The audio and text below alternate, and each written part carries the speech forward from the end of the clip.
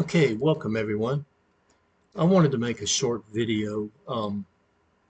I made some videos with my silver membership back office, and I made a test account. Jerry's our gentleman today that created a free account.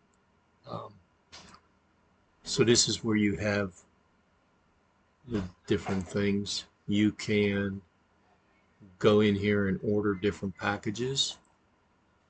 And it also looks like they have a special going on. You get 1,000 associates, 100 exclusive leads, 50 world coin.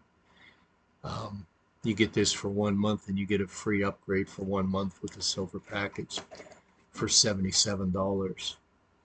Um, if we go in here, your upgrade center gives you videos that you can watch. Um, Website management. When you do sign up for a silver package, you get a book a domain name. You can use your own if you wish, but they do give you one. They host it for you. Um, let's see what else we have. We have support. If you need support at any time, you can log off. As I said, this is basically the free members back office. Freebies. You have a goodie bag you can go into and then continue to the goodie bag. And these are, you get one goodie, or one credit, I should say, for one goodie.